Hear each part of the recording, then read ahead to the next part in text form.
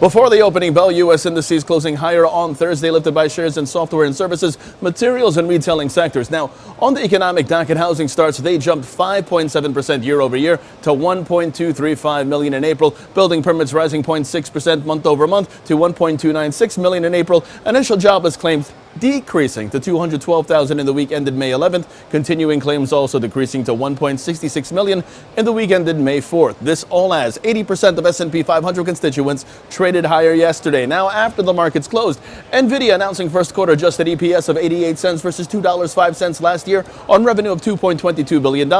Turning overseas, Asian markets mostly down today. The Nikkei is up 0.89%, but the Hang Seng down 1.16%. China CSI 300 down more than 2.5%. South Korea's Kospi down 0.58%. European markets trading lower and U.S. futures calling for a negative start. Now, in terms of expectations today, Deere & Company due out, while on the economic docket 10 o'clock in the morning, we had the April leading indicators index as well as the May Michigan consumer sentiment preliminary read 10 o'clock in the morning. Now, over in the markets, the S&P 500, that's where we begin. That sees a bullish bias above 2859.50. Now, even though a continuation of the consolidation cannot be ruled out, the extent should be limited.